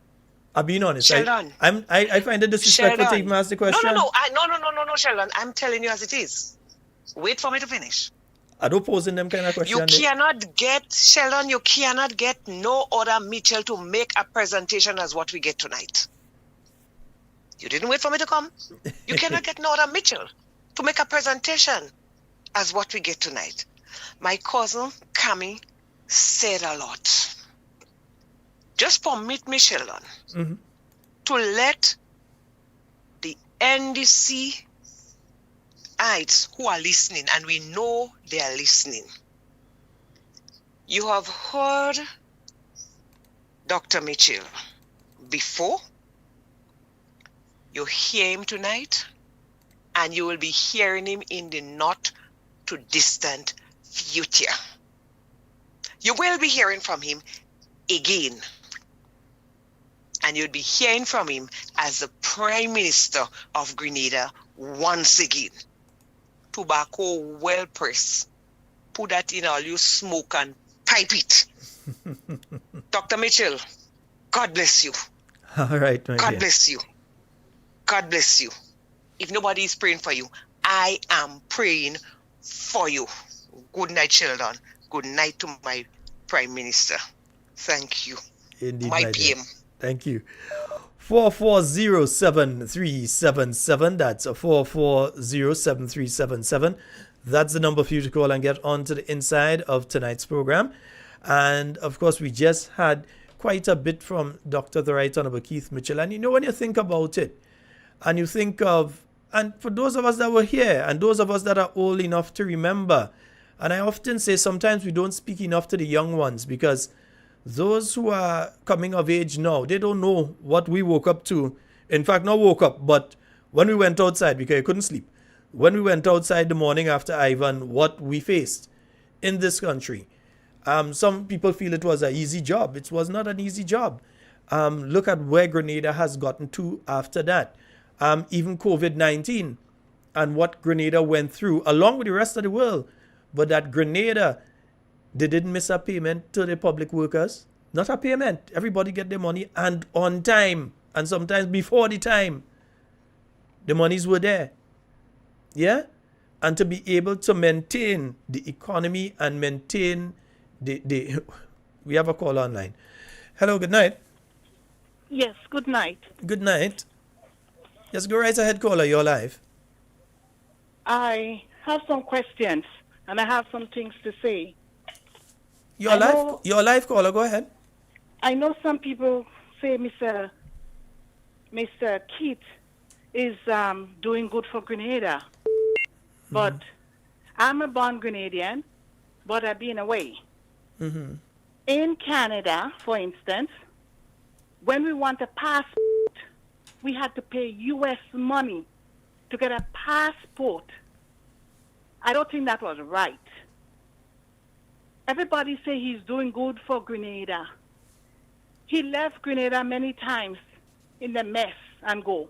Why is he... Caller number one, has the situation in relation to the passports changed? Are you now paying differently in relation to... And during the period 2008 to 2013, did it change? Yes, now it changed back. Now they're asking for it's a changed different now? currency. That's not what I'm hearing. That's not what I'm hearing now. That it's changed. And you're speaking about leave Grenada in the mess.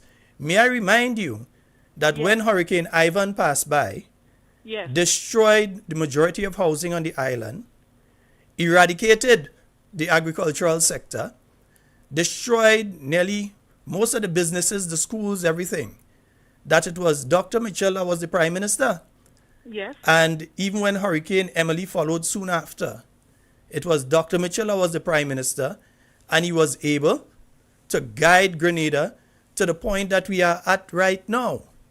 That even if you go further back, and he mentioned it, but he wouldn't say that it was he who led the rural electrification of Grenada.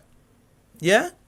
You would have to understand as well that back in the days, you could not think of the West Indies cricket team or the English cricket team or the Australian cricket team coming to Grenada, because basically they had to go to what was then Queen's Park with cow patties here and there every now and again. And with when you had intercall games, you had the stands that used to break down when the young people started to jump on it. Sometimes it break down and that sort of thing. And now we have world-class facilities in Grenada where we've had world-class athletes coming and perform here, where we've had the World Cup cricket taking place here. That took place under Dr. the Right Honorable Keith Mitchell. When you speak of Dr. Mitchell, you have to remember that back in the 1990s, when a cruise ship came to Grenada, if the water was bad, they had to leave. Because the cruise ships, maybe you're in Canada so you don't know, so I'll explain to you. When the cruise ships came here, they had to stay out in the water in St. George's, and then tenders had to go out to them, collect people and bring them to shore. Or, if they were lucky, they may get a berth over by where they was loading wheat, over by the port authority there. They may get a little jetty there. If they're not loading cement or wheat or bananas at that point in time, they might get a little park up there. but it was the new National Party that ensured that you had a world-class jetty built right here in St. George, with the expansion of the town, that now you have the bus terminal and the fish market and everything there. So when you make those statements, you have to be very careful. It was the new National Party that took us out of what we had, the colonial facility that, as a Grenadian, and I'm considering your age maybe around there, you were probably born in that old facility that used to exist as the General Hospital. It was the new National Party that took us out of that to what we have now. And you see people boasting about you have CT scanner and all these things now. Yes, that was donated, but the mere fact it was be able to house and all of that took place because of Dr. the Right Honorable Keith Mitchell, his leadership, and the new National Party. And to add to that, there is not a single project, major project, taking place in this country right now under this administration that is not a holdover from the new National Party administration. So I fail to understand what you're speaking about. Okay, fine. But then he said this one is lying. He did his lying too. Everybody lies. All politicians No. On this program, hold on, caller. On this program, we deal with facts. Lied about what? Okay, fine. Lied about you're making an accusation. I know what I know. Well, you know nothing, because we're saying that you're making an accusation and we're giving you an opportunity. Everything? We're giving you an opportunity, Bye. caller. Hello. We're giving you an opportunity to state what you lied about. And they're gone. As soon as you challenge them, bye-bye. They're gone. No, we will not allow you to come here and talk nonsense. We will not allow you to come here and talk nonsense. Yeah, programs at other places. But we will not allow you to call. And please, don't make it a situation that you all are calling to respond. She has been well responded to. So we don't have to respond to them again. I remember having to be in town. Do you all remember Storm Surge? I stood up in the town of St. George in 1999 when Storm Surge hit, and you had waves coming over the national, people may not believe it, you had waves coming over the national insurance building. The first fish market that was being built, the foundation was destroyed. Yeah? So when you come and you say these sort of things, it's obvious. Maybe you spent your time outside, so you didn't know that these things took place in Grenada. So that's why I took the time to itemize just a few. And we're not talking about the introductions of computers and information communication technology into schools. We're not talking about the rapprochement with Cuba, when every other country in the Caribbean, the leaders of those countries, afraid America so much that they didn't want to go to Cuba. It is Dr. the Right Honorable Keith Mitchell of Grenada that went to Cuba, engaged with Fidel Castro and the Cuban government. And then you had the cavalcade of scholarships that came to Grenada, that now you have so many young persons who have been there and who are there presently training as doctors, came back as engineers, came back with degrees in different areas and doctorates and so on, because of Dr. the Right Honorable Keith Mitchell. Every other country after the Grenada invasion was afraid to go. Dr. Mitchell went. Immediately after that, you saw Barbados going. You saw this one going. You saw that one going. And then they got scholarships too. So he opened the door for that. When it was a case that you had one phone company having a monopoly on the entire Caribbean, the monopoly was broken here by the work of Dr. the Right Honorable Keith Mitchell and Gregory Bowen. So when all you call, no way all you're calling. There's not somebody that's just going to stay here and stay quiet and allow you all to say all these kind of things. No. I am going to interject. I am going to interject. If you don't know, we're telling you, we have a call online. Yes, my boss. Good night. Good night, sir. I'm calling. First of all, I want to say good night to Fluffy. And good night to Uncle Fluff. Dr. Michelle. Uncle Fluff. Anyway, Sheldon, what's up? This good. lady don't know what she's talking about. Obviously. I live in Canada too, and you should ask her when last she been back to Grenada when Dr. Keith Claudius Mitchell was there. She just talking crap. And those things upset me when she out here and, she don't know what she's talking about. She don't know what she's talking about, Sheldon.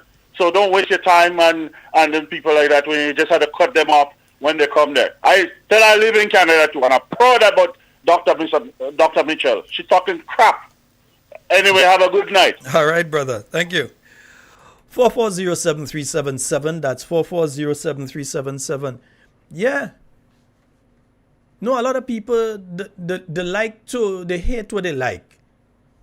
The present Prime Minister has done nothing worthy, nothing noteworthy that if you're writing history 100 years from now, with the exception of winning an election and becoming the Prime Minister, he has done nothing worthy. He has done nothing that you can stamp and say, this is what the Deacon Mitchell administration has done. Nothing. I challenge anybody to show me anything. What? Pensions? The money was put there, the structures were put there. The only thing that it did not take place, you're going to election, because had it been done before the election, the same people who jumping up right now and saying they do it would have say you're playing election gimmicks, you rush and pay pension. So what else? What achievement? You win an election, so what? Tillman Thomas did win an election too. Look what happened to him. Yeah? We have a caller online. Let me just go to the phone. Hello, good night. Sheldon? Kiami, I'm giving you 30 seconds. Yeah, well, that lady's a mad woman. She loco. 30 seconds, eh? That lady's a mental woman. That lady don't know where Melville Street is now. Lady, you're crazy. I grew up in town, you know. You have to come in Grenada, miss. Dr. Mitchell has rebuilt Grenada. Deacon Mitchell didn't do nothing yet. He didn't even build a house yet for Grenadian. You didn't that on your mouth. One to you. Come in Grenada. Book a flight and come. And you're going to see Grenada. You're sick. You're a sick man. Kiami, all right. Hey, Kiami, good night. 30 seconds up. Be careful what you say about it, Mitchell. Because you won't get some blows. Be very careful. You did what you do for Grenada. The Mitchell didn't do nothing yet, miss. Nothing. They're working on Kit Mitchell's strength. And the Mitchell's strength. One view. Kiami, later. Have a good night. All right, my dear. Yeah, because you had to pay some extra money for a passport, you think that was bad? Yeah. Did they change it between 2008 and 2013? No, they didn't change it then. Let's go to the WhatsApp. Yeah, somebody's going to the WhatsApp. Let me see if I can get the WhatsApp call to come in. Hello, good night. Hello. Hi, good night, Sheldon. How are you? Hey, I'm quite fine, actually. How are you doing? Great. All right, you go right ahead. We are so excited to hear Dr. Mitchell tonight. We cannot end the program without saying thank you. I'm not just saying thank you on my behalf, maybe for many other persons. First of all, he looks great. Doc, if you're listening, you look great. You sound great. And if I had the chance, you would get another term in office for sure. I just want to add to what a couple of the callers mentioned. I spent a lot of time in the United States, but I've always taken the chance to come back to Grenada each year. And every year I came back without fail. There was something that surprised me in what I saw. Some development, some piece of infrastructure, something. This was continuous. This was year after year after year. The country was just being transformed year after year. And this is all under the NNP leadership. So let's just put to bed this nonsense that Dr. Mitchell hasn't done anything. And that's foolishness. Garbage. My dear. He's outstanding. Comparison. Let me make a point here. You usually come back and so you would remember if you've been traveling that long, you'd remember that the present place that you check in on the airport used to be the car park, eh? Of course. That used to be the car park. So the expansion of the airport to maintain the international standards so that the larger flights can come to Grenada, that as well, the expansion of the airport took place under the new National Party. That took place under the new National Party of Dr. the Right Honorable Keith Mitchell. So not only was Port St. George, because remember Port St. George was much smaller. The manager at the time was Mr. Ambrose Phillip. And the project to expand the port so that you could take the larger ships and so on coming in. And I'm not speaking here about the cruise terminal. The port itself, that expansion took place again under the new National Party. Say it louder. Say it louder. People need to know these things and talk about the history more, Sheldon. People need to know, especially the younger people. They don't know. They don't know. They just listen to all kind of reckless propaganda that older people might be saying and believing it. Let the people know the history and the truth. We have top class kiosks and so on at the airport to check in. You think you're in a first world country? Come on. Mm-hmm. So anyway, I'm gonna give somebody else another chance. Okay, Dr. my Mitchell, dear. if you're listening, thank you for all that you've done for the country and keep going. God is with you. All right. Thank you, my dear. Good night, Sheldon. All right. Good night. Yes, indeed. 4407377. I think we have another caller on the line. Hello. Good night. Hi, good night, Sheldon. Calling in from Buffalo. Buffalo in the house. Good night, my dear. How are you doing? Happy New Year to Dr. the Right Honorable Kit Mitchell. All right. Yes, ma'am. I'd like to welcome everybody. Tell everybody Happy New Year. All the best in 2024. Keep the foot going. You're doing a good job. I'd like to shout out to my family back home in Carriacou. Teacher Paya and her husband, and Mary John, Phyllis Madison, the whole entourage, and especially Jocelyn in Colfoot, and to my Carriacou lovely people. daughter, Joanna. Yes. Really cold. It was gosh. raining all day. Oh dear. Oh dear. And dear. Sheldon, a special Happy New Year to you. Keep up the good work. Thank you so very much, my dear. And please call again. Yeah. All right. Thank you. Yes. Oh, and I want to shout out my friend Lucky, who is locked in. Okay. Thank you so very much. Yes. All right. Lucky. And Wilson David, Happy New Year. Marlene, all you all in Brooklyn, Happy New Year. Shouting out from Buffalo. All right, my dear. Have a pleasant Thank you. night. All right. Bye-bye. Yes, let's go to the overseas line. Hello, good night. Happy New Year, my brother. Happy New Year to you as well. How you doing? I'm good.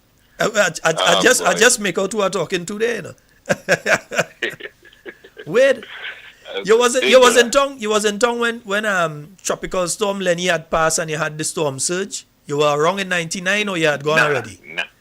Man, I stand up in town and see a wave hit the NIS building and come over the top of the building into the road, you know.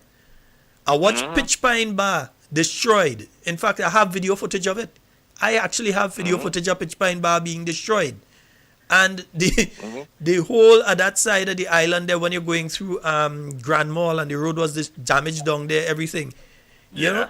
And all of that. I remember seeing footage of all of that, yeah. Yeah. And people do like, oh, you did nothing during a period of time. Come on. They couldn't have been living here. You remember since 2017 and coming forward, I've been telling you, NDC had the best propaganda machine. Wrong place to try it out. Better than the revolution. You see, I feel sorry for a lot of those folks because all the information they get off of Facebook. You know, they get all those narratives off of Facebook, social media platforms. And trust me, as old as they are, they into it. Because last July, Canada Day, we were in Niagara, we had a barbecue over there. And I had heated discussion with a group of elderly people from home. And it was the same things they were ponging. You know, that's the narrative for them over there. The one thing she said tonight that is true is the change of the currency for the passport. So now they pay $3-something Canadian for a passport, and then if they want it expedited, there is an additional $150. That's the only thing she said that was factual. You know, you gotta give her that. But she buried. Wrong place. She buried. Wrong place, brother. Wrong place. But as the other brother said that when they call you, you have to hang up. I don't believe in hanging up on you. Okay, see right now tonight, you give her a lot to think about. You know, if she has a culture, I would say a national pride. She really have a national pride. You give us a lot to think about. You know, you have to educate them. They have to be educated. Because a lot of them are not. A lot of them has left Grenada and it's not their fault. They just have to come back to Grenada to see it. Let me tell you, I was living on Lagoon Road when the project to redo the main road from the airport to the port highway was done, you know.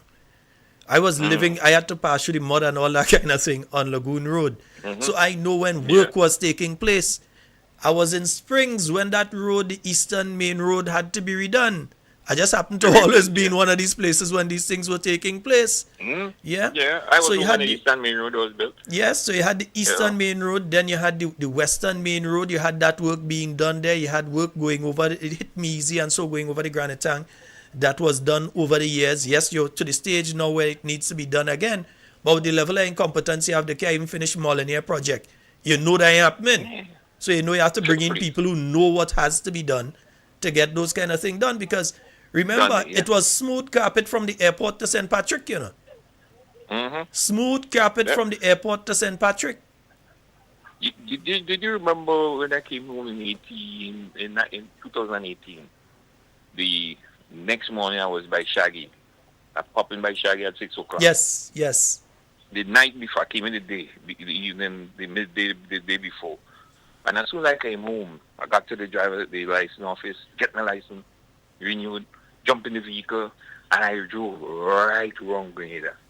From town, I went in the hospital and looked for Campeche, and then I come out also and I take the western side and I go right around. Came back into Bunjalo. And the next morning I was on the radio with Shaggy, and a guy called and, oh, Dr. Keith, I have to fix this road here. So I said, brother man, let me ask you a question. Where is that piece of bad road? I always hear calling this program and talking about this bad road, Grenada, such bad road. I was like, where exactly is that piece of road that is so bad? And he answered me. I said, man, I passed through that area yesterday.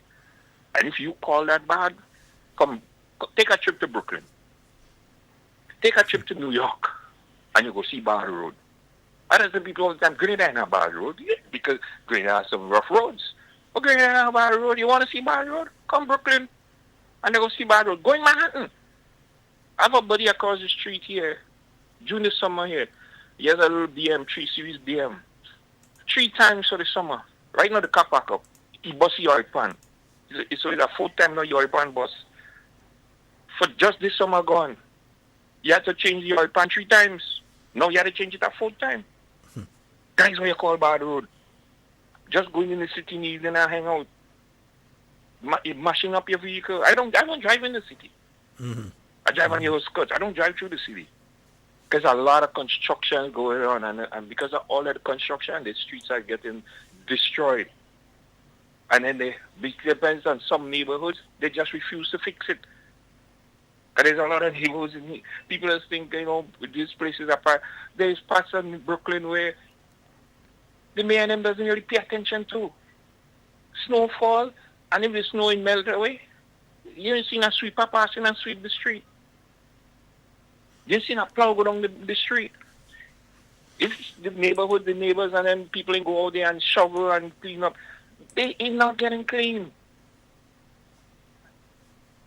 So when they're sitting in Grenada, they live a lot of people in Grenada, no, I can't say living a life of luxury, but they enjoy a lot of things that they take for granted.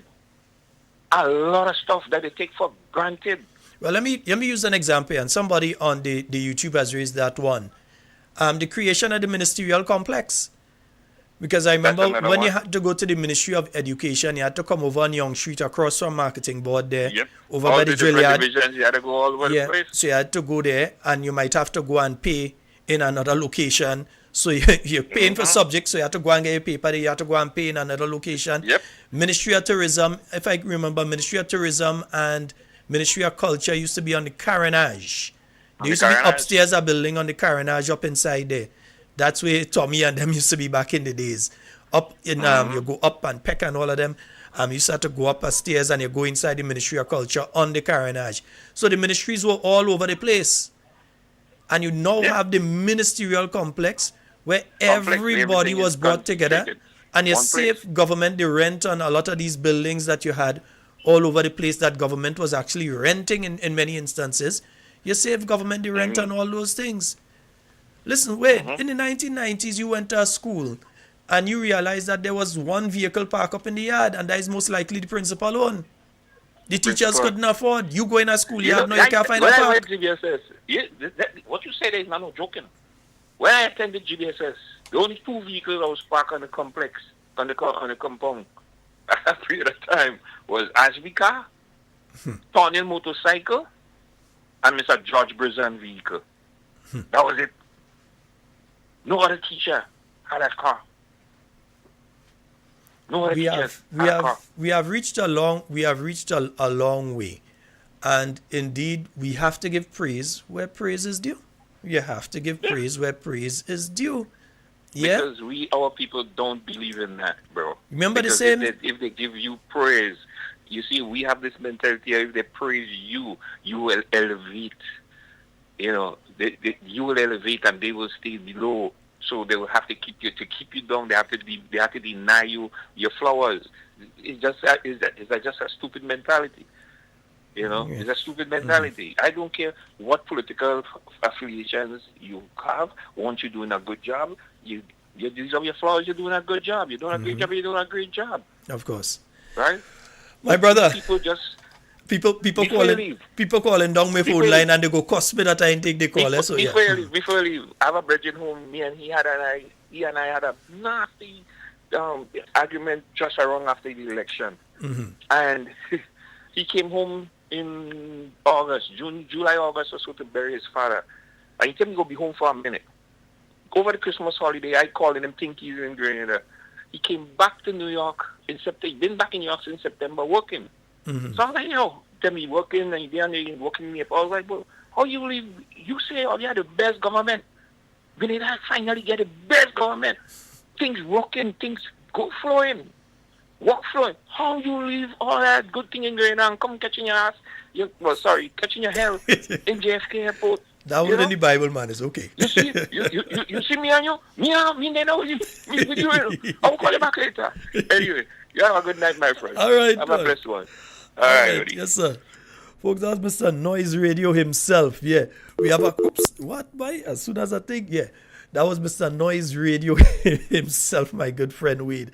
440-7377 and 347-329-3101. Those are the numbers for you to get onto the inside of tonight's program. Let's go to the phone line. Hello, good night. Sheldon? Yes, sir. You know, I must call you and say I enjoyed the speech tonight by Dr. Mitchell, man. Yeah. It's very, very interesting. And I want to say, he may not make out my voice now, but I want to say to him, have a happy new year. Of course. Let's make sure that we continue to do what we're supposed to do. Listen, man, the next thing I want to tell you there is that you talk about NIS building. You there? You listen? Yes, I'm listening to you, yeah. Yeah, you talk about NIS building. Remember that was police headquarters once, before the NIS building. I ain't that old. and remember how the water used to almost wet the police station, flow out through by in front of White Dilemma and the barracks, Right. And the last point I want to make to you, the place where they telling Dr. Mitchell to hush up, that is the Parliament building. The same Dr. Mitchell government that was there. So a lot of people doesn't know a lot of things, so they must hush them out to find out something before they talk. All right, my brother. Right, Thank you so very much. 440-7377. Yes, let's go back to the phone lines. Let me see which one. Yeah, let's try this one. Oops, and we lost that call. 440-7377. Yeah, now you see how much we could grab in the next 4 minutes here. We got to make them brief. We're going to see how much calls we can grab between now and 10 o'clock. Yeah, so let's go back to the phone line. Let me see which one is ringing. Right, nice. Hello, good night. Under the nutmeg tree. Under the nutmeg tree. I had to make it quick tonight because running out of time. I like the Bible touch on it. Because after the big sea surge, the whole Western Road building, to which right up to I have video. Actually, I have video of it. I've got in my possession video of it. Yeah. At the same time, they were putting on the pile for the fish market all that far long. Yes, because I remember I was in town. I was up and down. Over on the Carriacou, I watched 007 bar go under the water. All the way White Cane Industries was the water was battering over there. I saw all of that. When you go to the West Coast, Fountainary Road cut out, Grand Mall Road cut out, Bushy Road cut out, and I cut out the road in Palm Mission. My boss go down right in Palm Mission at the same time. Yeah, because the road was actually on the other side of where the what they call, what does call it now, the goat pen. Does have a little party at the road was on the other side of that? A little high up the road cut out. Yeah, because the road was on the opposite side, not on this side. The big white house is. Yeah. The road cut out there. A bus, they up now and find the bus. Right, and then build a road from Griffith Estate, road and city fence. Joining company that do that. So that's a nice point you tell me. I like that. Bless up. All right, my brother. 4407377. I think we have a call online. Hello, good night. Hello, good night. Hello. Hi, good night, caller. You're live. Good night. Hello. Good night. Good night. Yes. Mr. Sheldon Scott. Good night. Good night, sir. I have a concern about the farming. She either farmer, yeah. And what I wanted to ask the Prime Minister, the opposition leader, when he was, the noise. Hold on, caller. The noise in the background is kind of throwing off everything, so I'm not hearing you clearly. Yes. What I'm saying now. You may need to load. You may need to load the volume in the background. Okay, let me load the volume. Yeah. You hear me now? Yes. With the Alcodia system right now, what I'm finding, they not. Well, they always tell us about meeting.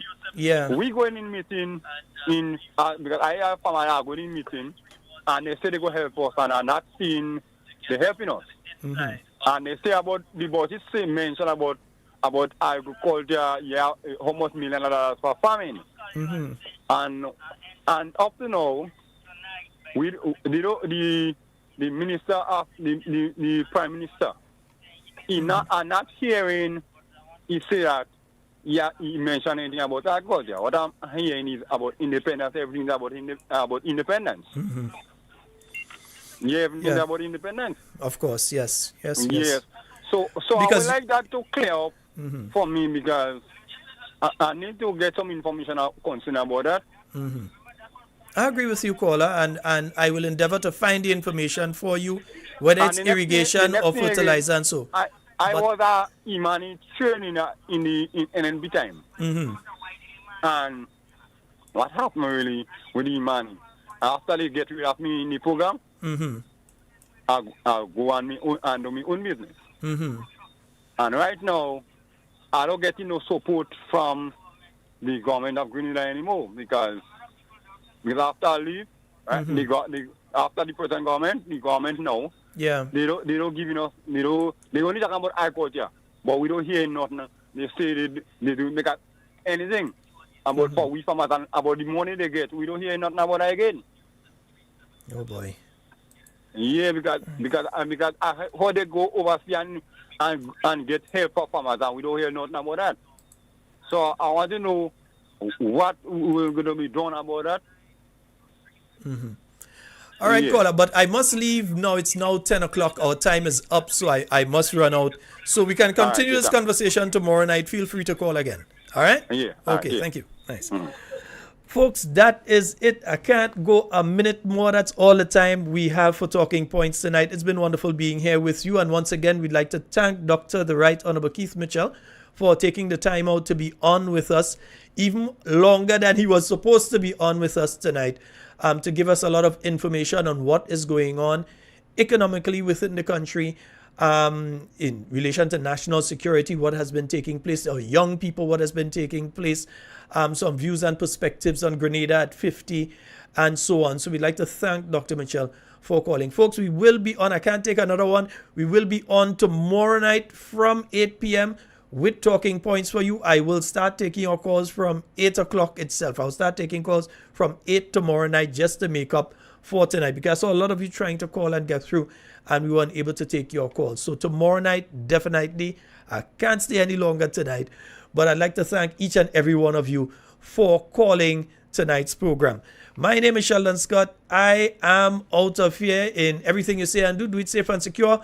Want to be speaking to and with you, and definitely not about you. Let me see if I could find a nice one to go out by. Yeah, let me see if I can find a nice tune to go out by for you all. Yeah, I think I have one here, you know. Yeah.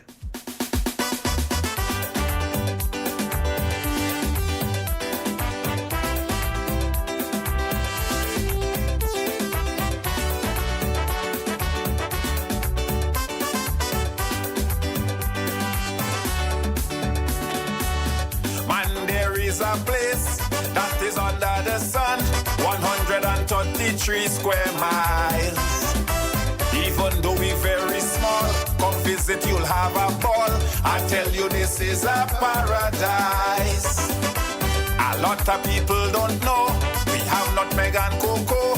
That is how we came the Isle of Spice.